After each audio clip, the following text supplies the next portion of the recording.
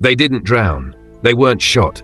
They didn't vanish at sea. They froze to death in the mountains of North Africa while trying to reach Europe. When borders harden, death finds new routes.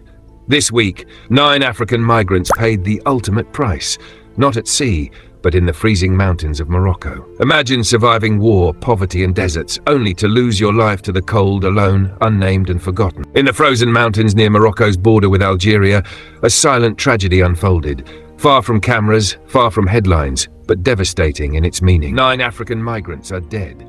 Their bodies, 7 men and 2 women, were discovered in Ras Asfour, a remote and unforgiving region where winter temperatures plunge below survival limits. According to human rights organizations, these migrants didn't die in conflict or at sea. They died from the cold, from exhaustion, from being pushed beyond what the human body can endure.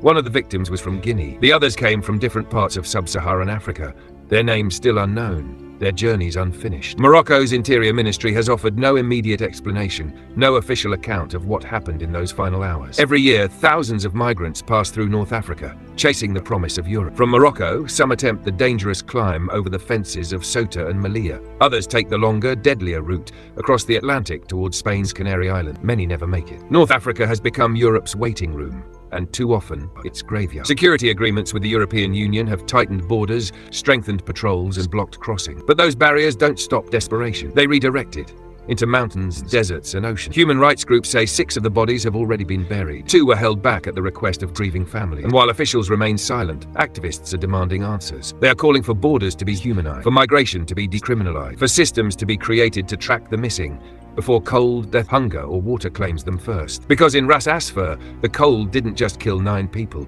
It exposed a system where survival depends not on humanity, but on geography. 9 lives ended in silence, in the cold. No names, no final goodbyes. Just another reminder that when borders close, human suffering doesn't disappear.